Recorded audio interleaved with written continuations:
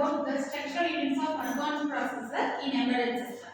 Actually, we already discussed about the importance of processor in the embedded system because the processors are the heart of the embedded systems. So, with that processor only, all the operations we are doing in the embedded system. Here, we are going to see what are the units present in the advanced processors. So, basically, we have two different units. One is the execution unit and another one is the control unit.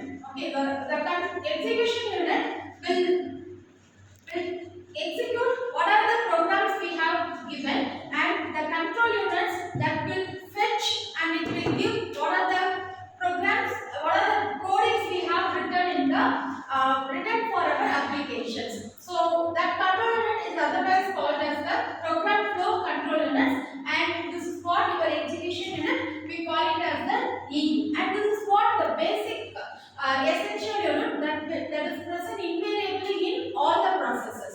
And when you are coming to that processes, we have categorized the processes into three different types of processors. So one is the general purpose processors, otherwise it is called as GPP, and application specific system processor ASSP, and application specific instruction processor. So whatever may be the thousands of processes we are having, we can make it under these categories. Under any one of these categories, under the GPP, we have microprocessor, microcontroller, embedded processor, and digital signal processors. So these are the some processors that is regarding the general purpose processor.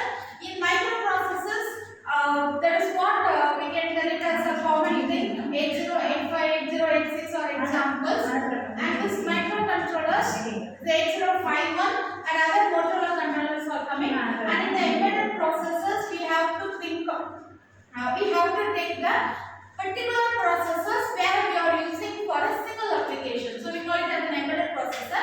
And when you are having the multiple data, bulk data, which means the media files, then we have to go for this digital signal processor.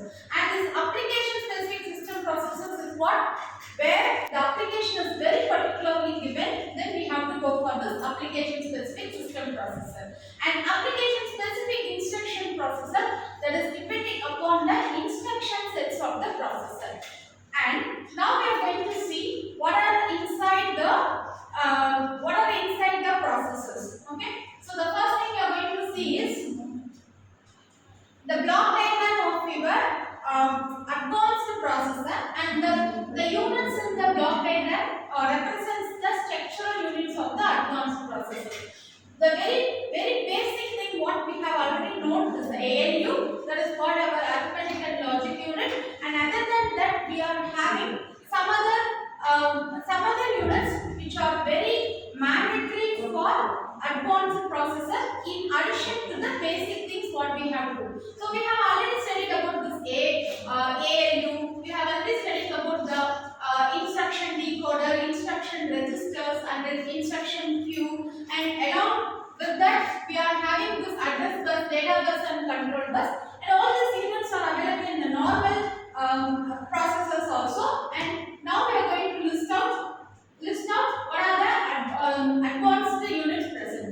And this internal buses, instruction units, caches, control units, processing units, register sets, and memory registers, these are all commonly present in all the processor.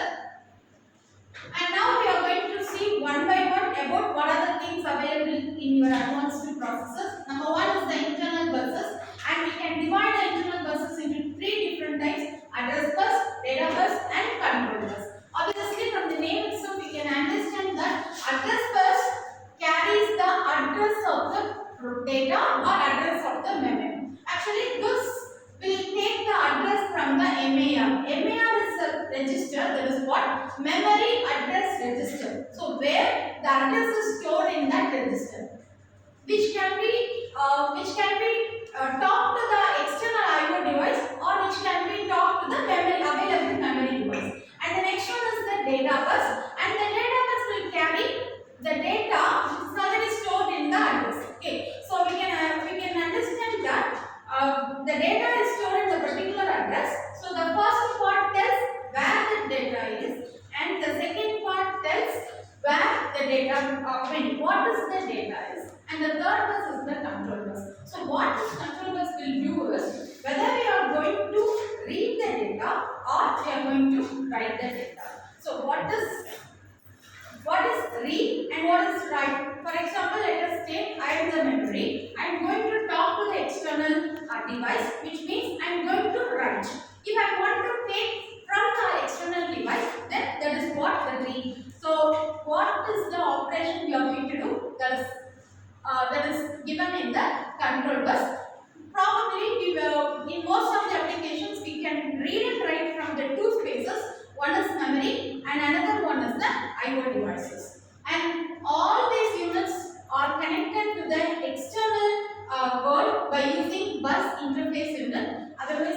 it as PIU.